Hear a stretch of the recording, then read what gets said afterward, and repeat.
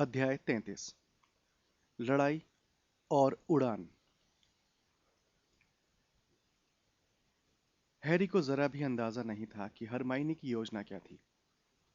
वो तो इतना भी नहीं जानता था कि उसकी कोई योजना थी भी या नहीं। जब वे अम्बरिज के ऑफिस के बाहर निकलकर गलियारे में पहुंचे तो हैरी हरमाइनी के थोड़ा पीछे पीछे चलने लगा। वो जानता था कि अगर अम्बरिज को ऐसा लगा कि हैरी को रास्ता नहीं पता है तो उन्हें शक हो जाएगा। हरमाइनी से कुछ पूछने की उसकी हिम्मत नहीं थी। अम्बरिज पीछे इतनी करीब थी कि उसे उनसे सांस लेने की आवाज आ रही थी। हरमाइनी सीढ़ियां उतरकर प्रवेश हॉल में पहुंच गई। बड़े हॉल से विद्यार्थियों की तेज तेज आवाजों के साथ प्लेटों पर छुरी कांटों की खटपट का शोर हो रहा था। हैरी को यकीन नहीं हो रहा था कि 20 फुट दूर ऐसे लोग भी थे जो डिनर का आनंद ले रहे थे, परीक्षा खत्म होने का जश्न मना रहे थे और जिन्हें दुनिया में एक भी चिंता नहीं थी। हरमाइनी बलूत की लकड़ी के सामने वाले दरवाजे से बाहर निकली और पत्थर की सीढ़ियां उतरकर शाम की सुहानी हवा में पहुंच गई। सूरज अब अंधेरे जंगल में लगे पेड़ों के पीछे ढल रहा था। हरमाइनी घास के मैदान में तेजी से चल रही थी। अम्बरिज को उनकी बराबरी करने के लिए थोड़ा भागना पड़ रहा था। उनकी लंबी छायाएं उनके पीछे घास पर चोगों की तरह लहरा रही थी। अम्बरिज ने हैरी के कान में उत्सुकता से पूछा, ये हैग्रिड की झोपड़ी में छिपा होगा, है ना? नहीं, हरमाइनी ने तीखी आवाज में जवाब दिया। हैग्रिड इसे गलती से चला सकता था, अम्बरिज ने रोमांचित होकर बोला। जाहिर है वो ऐसा कर सकता था, वो अर्धमानव मूर्ख है। वे हंस दी। हैरी का मन हुआ कि एक हाथ घुमाकर उनका गला दबोच ले, लेकिन उसने खुद को रोक लिया। उसका निशान शाम की सुहानी हवा में फड़के जा रहा था, लेकिन ये अब तक गर्म और सुर्ख नहीं हुआ था, इसलिए वो जानता था कि वोल्डेमॉर्ट ने अब तक किसी को नहीं मारा है। जब हरमाइनी जंगल की तरफ जाने लगी तो अम्बरिज ने अनिश्चितता से पूछा, तो फिर ये कहाँ है? हरमाइनी ने अंधेरे में डूबे पेड़ों की तरफ इशारा करते हुए कहा, जंगल में। हमें इसे ऐसी जगह पर रखना था ताकि कोई विद्यार्थी गलती से वहां ना जाए, है ना? और क्या, अम्बरिज ने कहा, और वो थोड़ी घबराने लगी। और क्या, तो फिर ठीक है, तुम दोनों मेरे साथ आगे आगे चलो, हैरी ने उनसे पूछा। अगर हमें आगे चलना है तो क्या आप हमें अपनी छड़ी दे सकती हैं? नहीं मिस्टर पॉटर, मुझे ऐसा नहीं लगता, अम्बरिज ने उसकी पीठ में अपनी छड़ी चुभाते हुए मीठी आवाज में कहा। मुझे लगता है कि मंत्रालय की नजर में मेरी जान तुम्हारी जान से ज्यादा कीमती है। जब वे जंगल के पेड़ों की ठंडी छाया में पहुंच गए तो हैरी ने हरमाइनी से नजरें मिलाने की कोशिश की। जंगल में बिना छड़ियों के चलना उसे बहुत मूर्खतापूर्ण लग रहा था। उसे लग रहा था कि उस शाम को उससे इससे मूर्खतापूर्ण काम नहीं किया था। बहरहाल, हरमाइनी ने अम्बरिज पर हिकारत भरी नजर डाली और पेड़ों के बीच में आगे बढ़ने लगी। वो इतनी तेजी से चल रही थी कि अम्बरिज को अपने छोटे छोटे पैरों की बराबरी कराने में मुश्किल आ रही थी। जब अम्बरिज का दुशाला एक कांटेदार झाड़ी से फट गया तो उन्होंने पूछा, क्या ये बहुत अंदर है? हरमाइनी ने कहा, ओ हाँ, ये अच्छी तरह से छिपा हुआ है। हैरी का डर बढ़ गया। हरमाइनी उस रास्ते पर नहीं जा रही थी जिस पर चलकर वे ग्रॉप से मिलने गए थे। वे तो उस रास्ते पर जा रही थी जिस पर चलकर वो 3 साल पहले अरागॉग नाम के भयंकर प्राणी की मान में पहुंचा था। उस वक्त हरमाइनी उसके साथ नहीं थी। हैरी को लग रहा था कि हरमाइनी को यह पता भी नहीं होगा कि आगे कौन सा खतरा है। उसने हरमाइनी से पूछा, क्या तुम्हें पूरा यकीन है कि यही सही रास्ता है? ओह हाँ, हरमाइनी ने फौलादी आवाज में कहा और झाड़ियों पर जोर से पैर पटका। हैरी को लगा कि वो खामखा आवाज कर रही थी। उनके पीछे अम्बरिज एक गिरे हुए पेड़ से उलझकर गिर गई। उनमें से कोई भी उन्हें उठाने के लिए नहीं रुका। हरमाइनी आगे बढ़ती रही और जोर से बोली, बस थोड़ी ही दूर है। हरमाइनी अपनी आवाज नीची रखो, हैरी ने उसके पास पहुंचने के लिए तेजी से कदम बढ़ाते हुए कहा, कोई तुम्हारी आवाज सुन लेगा। मैं यही तो चाहती हूँ कि कोई हमारी आवाज सुन ले, उसने धीरे से जवाब दिया। जब अम्बरीश भागती हुई उनके पीछे आई, तुम देखो तो सही। वे लोग काफी देर तक चलते रहे। आखिर वे इतने गहरे जंगल में पहुंच गए कि घने पेड़ों के कारण रोशनी गायब हो गई। हैरी को एक बार फिर यह एहसास हुआ कि अदृश्य आंखें उसे देख रही थी। अम्बरिज ने उनके पीछे गुस्से से कहा, और कितनी दूर है? ज्यादा दूर नहीं है, हरमाइनी चिल्लाई जब वे एक धुंधली, नम और साफ जगह पर पहुंचे। बस थोड़ी सी दूर। एक तीर हवा में सनसनाता हुआ आया और हैरी के सिर के ठीक ऊपर से गुजरता हुआ खतरनाक आवाज के साथ पेड़ में धंस गया। हवा में अचानक टापों की आवाज गूंजने लगी। हैरी को जमीन कांपती हुई महसूस हुई। अम्बरीज हल्के से चीखी और हैरी को ढाल की तरह अपने सामने कर लिया। वो उनकी पकड़ से आजाद होकर मुड़ा, लेकिन 50 सेंटोर्स चारों तरफ से प्रकट हो रहे थे। उनके धनुष तने हुए थे और उनमें तीर चढ़े हुए थे। सभी का निशाना हैरी, हरमाइनी और अम्बरिज की तरफ था। वे धीरे धीरे साफ जगह के बीच में पहुंच गए। अम्बरिज ने दहशत भरी आवाजें निकाली। हैरी ने हरमाइनी को कनखियों से देखा। वो विजयी अंदाज में मुस्कुरा रही थी। तुम कौन हो? एक आवाज आई। हैरी ने बाईं तरफ देखा। मैगारियन नाम का बादामी सेंटोर घेरे से बाहर निकलकर उनकी तरफ आ रहा था। बाकी सेंटोर्स की तरह उसका धनुष भी तना हुआ था। हैरी की दाहिनी तरफ अम्बरिज अब भी बिसुर रही थी। उनकी छड़ी बुरी तरह कांप रही थी जब उन्होंने इसे आगे बढ़ते सेंटोर की तरफ ताना। मैगोरियन ने झल्लाकर कहा, मैंने तुमसे पूछा कि तुम कौन हो इंसान? मैं मैं डोलोरिस अम्बरिज हूं, अम्बरिज ने दहशत भरी तीखी आवाज में कहा। जादू मंत्री की सीनियर अंडर सेक्रेटरी और हॉगवर्ट्स की सर्वोच्च प्रशासक। घेरे में खड़े कई सेंटोर्स बेचैनी से पहलू बदलने लगे। मैगोरियन बोला, तुम जादू मंत्रालय से आई हो? हाँ, ये सही है, अम्बरीश ने थोड़ी ज्यादा तीखी आवाज में कहा।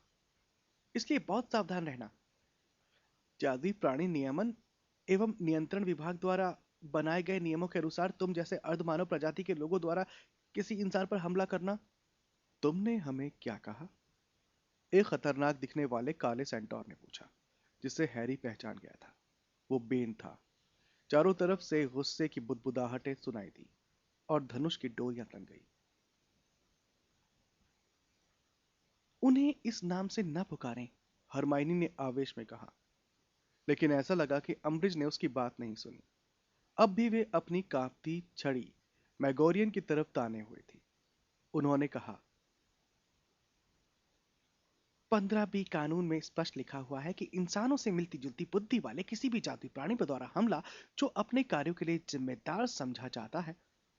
इंसानों से मिलती जुलती बुद्धि, मैगोरियन ने दोहराया, जब बेन और कई अन्य सेंटोर्स गुस्से से दहाड़े और जमीन पर खुर पटकने लगे। इंसान, हम इसे अपना बहुत बड़ा अपमान मानते हैं। सौभाग्य से हमारी बुद्धि तुमसे बहुत ज्यादा है। तुम हमारे जंगल में क्या कर रही हो? सख्त चेहरे वाले भूरे सेंटोर ने पूछा, जिसे हैरी और हरमाइनी ने जंगल की पिछली यात्रा में देखा था।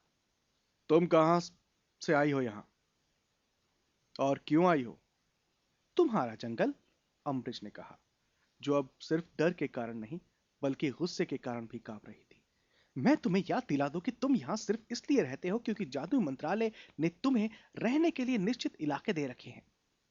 एक तीर उनके सिर के इतने करीब से गुजरा कि उसने उसके चुहिया जैसे बालों को हिला दिया। वे जोर से चीखी और अपने हाथ सिर के ऊपर रख लिए। कुछ सेंटोर्स ने किलकारी भरी और बाकी जोर जोर से हंसने लगे। उनकी वहशी हंसी और धुंधली रोशनी वाली खाली जगह में गूंज रही थी और उनकी टापों की आवाज बहुत दहशत भरी लग रही थी। बेन गर्जा, अब यह जंगल किसका है इंसान? गंदे अर्ध प्रजाति के, अमृत चीखी और उनके हाथ अब भी उनके सिर के ऊपर रखे हुए थे।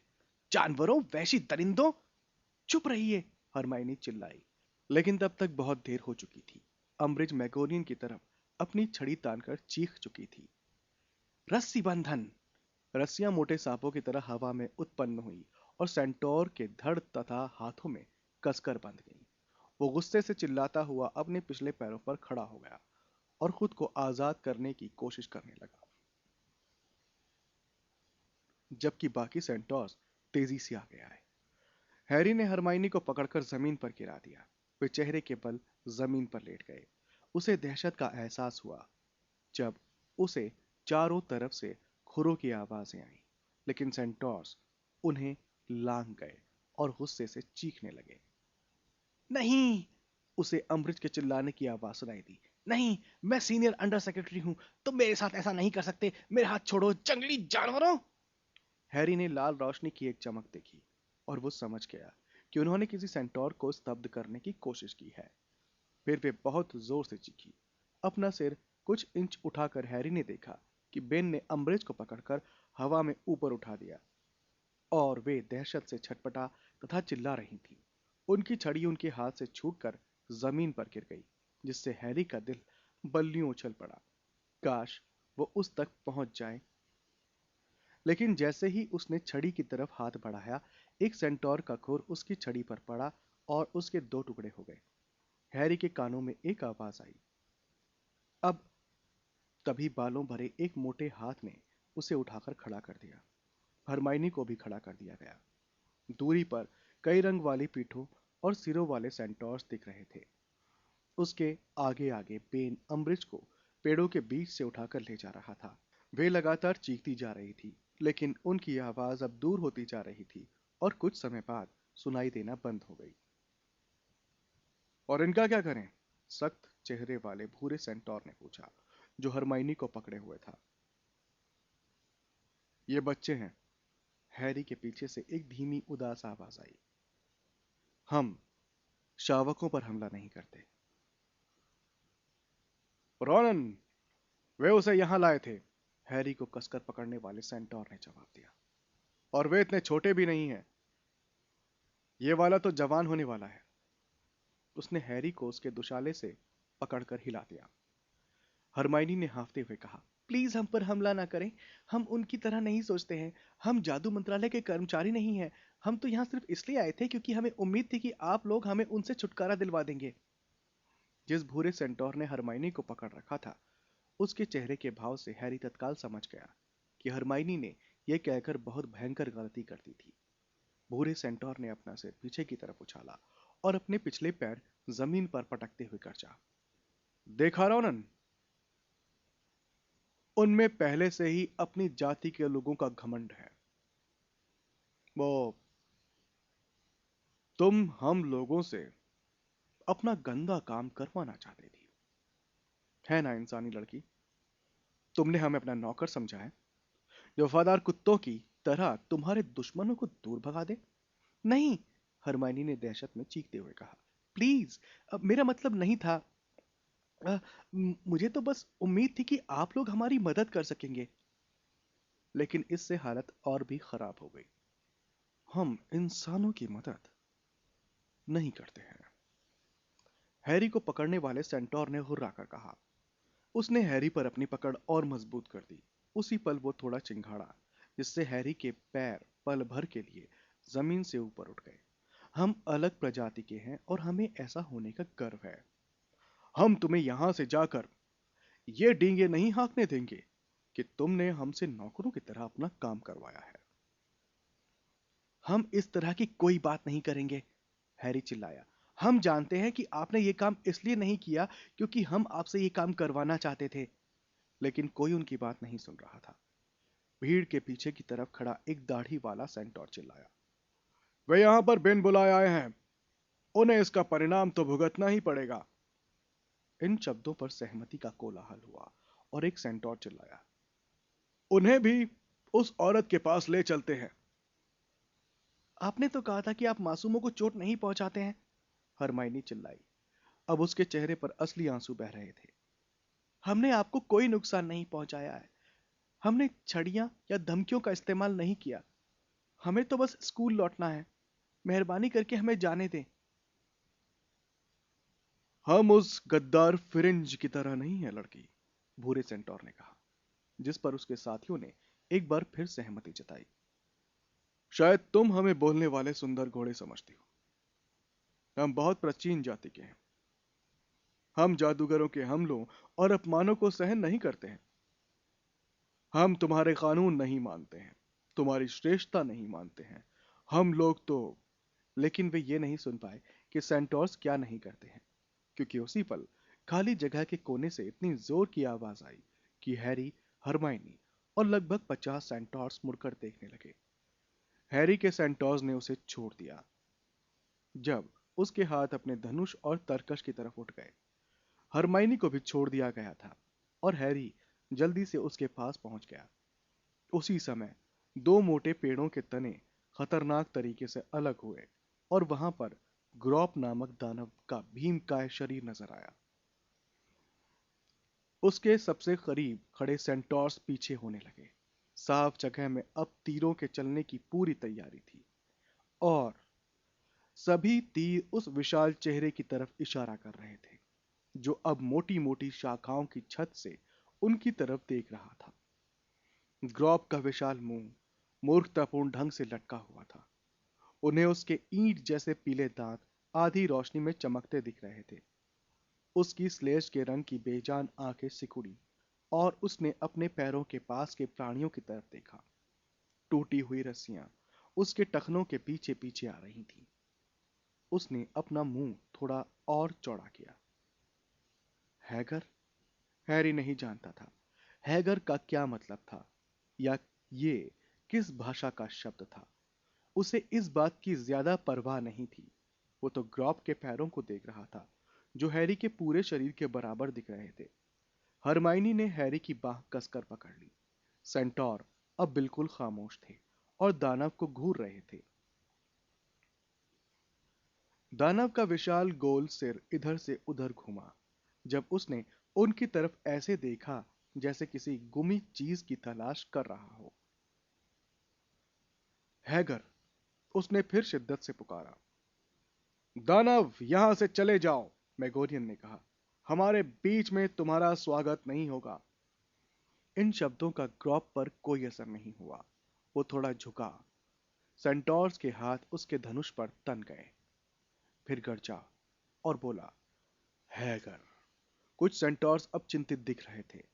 बहरहाल हरमाइनी के मुंह से अचानक आह निकल गई। उसने फुसफुसाकर कहा, हैरी, मुझे लगता है कि वो हैग्रिड कहने की कोशिश कर रहा है।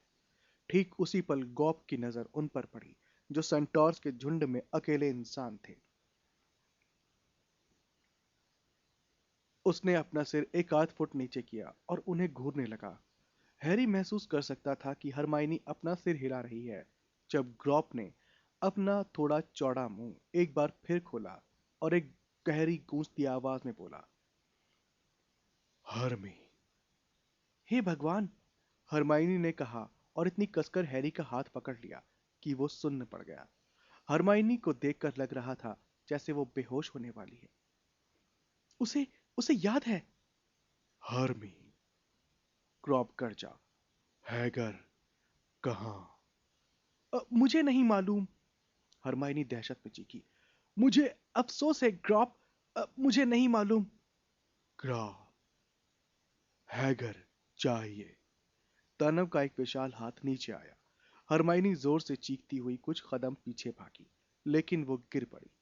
बिना छड़ी के हैरी ने खुद को तैयार किया कि वो मुक्का मारेगा, लात चलाएगा, काटेगा या जो समझ में आएगा वो करेगा। जब दानव का हाथ उसकी तरफ बढ़ा और उसने एक सफेद सेंटोर को गिरा दिया। सेंटोर्स इसी बात का इंतजार कर रहे थे। ग्रॉप की खुली हुई उंगलियां हैरी से 1 फुट दूरी पर थीं।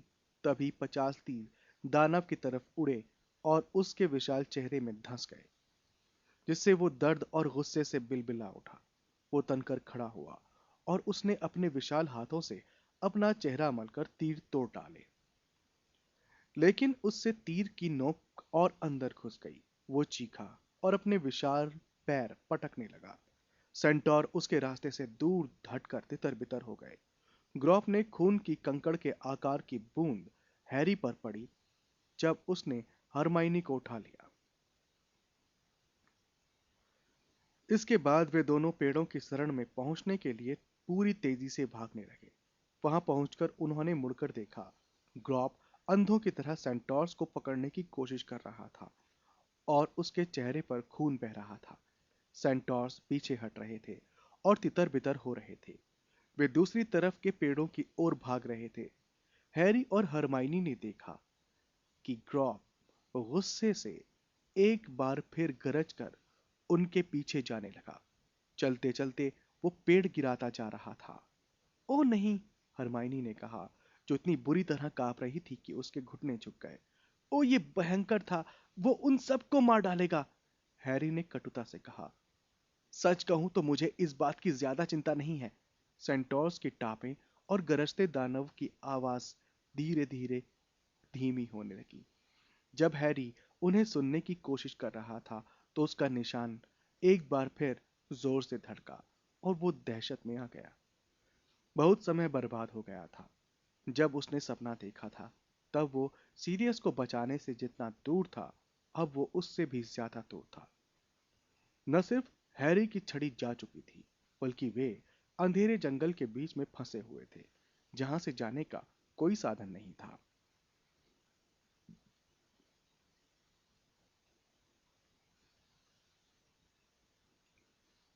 बड़ी चतुराई भरी योजना थी, उसने हरमाइनी से गुस्से से कहा, क्योंकि वो अपनी भड़ास निकालना चाहता था। सचमुच बहुत चतुराई भरी योजना थी। अब हम कहाँ जाएंगे? हरमाइनी ने धीरे से कहा। हमें महल जाना होगा। जब तक हम ऐसा करेंगे तब तक शायद सीरियस मर चुका होगा, हैरी ने कहा और पास के एक पेड़ पर गुस्से से लात मारी। उसे सिर के ऊपर एक तीखी चटर-पटर सुनाई दी और उसने देखा कि एक नाराज काशजीव उसकी तरफ अपनी लंबी टहनी जैसी उंगलियां घुमा रहा था। देखो, हम छड़ियों के बिना कुछ नहीं कर सकते, हरमाइनी ने निराशा से कहा और खुद को उठाकर खड़ा किया। वैसे भी हैरी, तुम लंदन तक किस तरह जाने की योजना बना रहे थे? उसके पीछे से एक जानी पहचानी आवाज आई। हाँ, हम भी यही सोच रहे थे। हैरी और हरमाइनी तत्काल उछल पड़े और पेड़ों के पीछे की तरफ देखने लगे। उन्हें रॉन दिखाई दिया, जिसके ठीक पीछे नेविल, जिनी और लूना थे। वे सभी थोड़े अस्त व्यस्त दिख रहे थे। जिनी के गाल पर लंबी खरोंचें थी। नेविल की दाईं आंख के ऊपर बैंगनी रंग की बड़ी सूजन थी। रॉन के होंठ से बुरी तरह खून बह रहा था, लेकिन वे बहुत खुश दिख रहे थे। तो रॉन ने नीचे लटक रही एक शाखा को दूर हटाते हुए हैरी की छड़ी आगे बढ़ाते हुए कहा। क्या विचार सूझा? तुम लोग बचकर कैसे आ गए? हैरी ने आश्चर्य से कहा और अपनी छड़ी रॉन से ले ली। दो स्तब्धीकरण मंत्र, एक निरस्त्रीकरण मंत्र। नेविल ने एक बहुत बढ़िया बाधा मंत्र पढ़ा, रॉन ने शान झाड़ते हुए कहा और हरमाइनी की छड़ी भी उसे दे दी। लेकिन जिनी सबसे बढ़िया थी। उसने मेलफॉय पर बैड बॉगी हेक्स मारा। ये बहुत बढ़िया था। उसका पूरा चेहरा पंख जैसी बड़ी बड़ी चीजों से ढका था। हमने खिड़की से देख लिया था कि तुम लोग जंगल में जा रहे हो, इसलिए हम इधर ही आ गए हैं। अम्बरिज कहाँ है? हैरी बोला। उन्हें सेंटोर्स का झुंड उठाकर ले गया, चिनी ने हैरान से देखते हुए कहा। और उन्होंने तुम्हें छोड़ दिया? नहीं, उन्हें ग्रॉप ने भगा दिया, हैरी ने कहा। लूना ने दिलचस्पी से पूछा, ग्रॉप कौन है? हैग्रिड का छोटा भाई, रॉन ने तत्काल जवाब दिया। खैर, इस वक्त उसकी फिक्र मत करो। हैरी, तुम्हें आग में क्या पता चला? क्या सीरियस तुम जानते हो कौन के पास है या नहीं? हाँ, हैरी ने कहा, जब उसका निशान एक बार फिर दुखा। और मुझे यकीन है कि सीरियस अब भी जिंदा है। लेकिन मुझे ये समझ में नहीं आ रहा है कि हम उसकी मदद कैसे कर पाएंगे। वे सभी खामोश हो गए। उन्हें थोड़ा डर भी लग रहा था। सामने जो समस्या थी उसे सुलझाना असंभव लग रहा था। हमें उड़कर जाना होगा, है ना? लूना बोली। इस समय उसकी आवाज सपनीली नहीं बल्कि सामान्य थी। ठीक है, हैरी ने चढ़कर उसकी तरफ मुड़ते हुए कहा। पहली बात तो यह है कि हम कुछ नहीं कर रहे हैं, क्योंकि तुम इसमें शामिल नहीं हो। और दूसरी बात यह है कि सिर्फ रॉन के पास झाड़ू है, जिसकी रक्षा सुरक्षा दैत्य नहीं कर रहा है। इसलिए जिनी बोली, मेरे पास भी झाड़ू है। रॉन गुस्से से बोला। हाँ, लेकिन तुम चल नहीं रही हो। माफ करना, लेकिन मुझे भी सीरियस की उतनी ही परवाह है जितनी कि तुम्हें, चिनी बोली। उसके सख्त जबड़े साफ दिख रहे थे कि वो फ्रेड और जॉर्ज की बहन थी। तुम अभी बहुत छोटी हो, हैरी ने कहना शुरू किया, लेकिन जिनी गुस्से में उसकी बात काटते हुए बोली, जब तुम पारस पत्थर को बचाने के लिए तुम जानते हो कौन से लड़े थे, तब तुम्हारी उम्र कितनी थी? मैं उससे 3 साल बड़ी हूं। इसके अलावा मैं तुम्हें यह बता दूं कि मेरे ही कारण मेलफॉय अम्ब्रिज के ऑफिस में फंसा हुआ था और उड़ने वाले विशाल चमगादड़ उस पर हमला कर रहे हैं। हाँ, लेकिन हम सभी डीए में एक साथ थे, नेविल ने धीरे से कहा। हमने इसे तुम जानते हो कौन से लड़ने के लिए बनाया था, है ना? और हमें पहली बार सचमुच कुछ करने का मौका मिल रहा है, या फिर वो सिर्फ खेल था? नहीं, वो खेल नहीं था, हैरी ने उतावलेपन से कहा। तो फिर हम भी चलेंगे, नेविल ने कहा। हम मदद करना चाहते हैं। सही है, लूना ने मुस्कुराते हुए कहा। हैरी की नजरें रॉन से मिली। वो जानता था कि रॉन भी उसी की तरह सोच रहा था। अगर उसे सीरियस को बचाने के लिए रॉन और हरमाइनी के अलावा किसी और को चुनना होता, तो वो जिनी, नेविल या लूना को कभी नहीं चुनता। खैर, इससे कोई फर्क नहीं पड़ता है, हैरी ने दांत भींचकर कहा, क्योंकि अब भी ये नहीं जानते हैं हम कि वहां कैसे पहुंचा जा सकता है। मुझे लगा था कि हम उसके बारे में सहमत हो चुके हैं, लूना ने चिढ़ाती आवाज में कहा। हम उड़कर चलेंगे।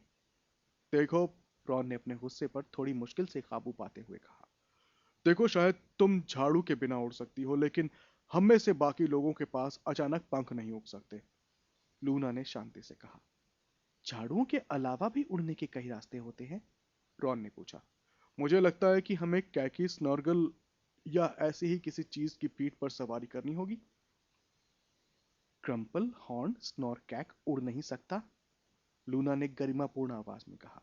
लेकिन ये प्राणी ऐसा कर सकते हैं, और हैग्रिड कहता है कि इनके सवार जिस जगह जाना चाहते हैं वे उस जगह तक पहुंचाने में बहुत निपुण होते हैं। हैरी पलटा। दो पेड़ों के बीच में दो थ्रेस्टॉल खड़े थे और उनकी सफेद आंखें अजीब तरीके से चमक रही थी। वे इस बातचीत को ऐसे देख रहे थे जैसे उन्हें हर शब्द का मतलब समझ में आ रहा था। हाँ, उसने फुसफुसाकर उनकी तरफ बढ़ते हुए कहा। उन्होंने अपने सिर उठाए और गर्दन के लंबे काले बालों को झटका दिया। हैरी ने उत्साह से हाथ बढ़ाकर सबसे करीब वाले की चमकती गर्दन सहलाई। उसने उन्हें पहले बदसूरत क्यों माना था? पागल घोड़े जैसी चीजें हैं क्या? रॉन ने अनिश्चितता से कहा और उस थ्रेस्ट्रॉल के थोड़ी बाईं तरफ घूरा जिसे हैरी थपथपा रहा था। वे चीज जिन्हें तुम तब तक नहीं देख सकते जब तक कि किसी की मौत न देख लो। हाँ, हैरी ने कहा। कितने हैं? बस 2। देखो, हमें 3 की जरूरत है, हरमाइनी ने कहा, जो अब भी थोड़ी हिली हुई नजर आ रही थी, लेकिन इसके बावजूद बड़ी संकल्पवान दिख रही थी। लूना ने त्योरियां चढ़ाकर कहा। 4, हरमाइनी, लूना ने शांति से गिनते हुए कहा। मुझे लगता है कि हम लोग दरअसल 6 हैं। मूर्ख मत बनो, हम सब नहीं चल सकते, हैरी ने गुस्से से कहा। देखो, हम तीनों, उसने नेविल, जिनी और लूना की तरफ इशारा किया।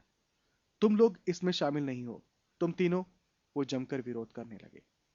उसका निशान एक बार फिर ज्यादा जोर से दिखने लगा। एक एक पल की देर महंगी पड़ सकती थी। उसके पास बहस करने का वक्त नहीं था। ठीक है, ये तुम्हारा चुनाव है, उसने कहा। लेकिन जब तक हमारे पास और थ्रेस्टॉल्स नहीं आ जाते, तुम लोग नहीं चल पाओगे। ओह, और आ जाएंगे, जिनी ने विश्वास से कहा, जो रॉन की ही तरह बहुत गलत दिशा में देख रही थी। हालांकि उसे ऐसा लग रहा था कि वो घोड़ों की तरफ ही देख रही थी। तुम्हें ऐसा क्यों लगता है? क्योंकि अगर तुम्हारा ध्यान इस तरफ ना गया हो, तो तुम और हरमाइनी खून में लथपथ हो, उसने शांति से कहा। हम जानते हैं कि हैग्रिड थ्रेस्टॉल्स को कच्चे गोश्त से ललचाता था। शायद तुम्हारे खून की गंध सूंघकर ये दोनों यहां आए हैं? हैरी को उसी पल अपने दुशाले में एक हल्का झटका महसूस हुआ। उसने देखा कि सबसे पास वाला थ्रेस्टॉल उसकी आस्तीन चाट रहा था, जो ग्रॉब के खून से गीली हो चुकी थी। हम्म, तो फिर ठीक है, उसने कहा, और उसके मन में एक बढ़िया विचार आया। रॉन और मैं इन दोनों पर सवार होकर आगे आगे चलते हैं। हरमाइनी, तुम तीनों के साथ रहोगी।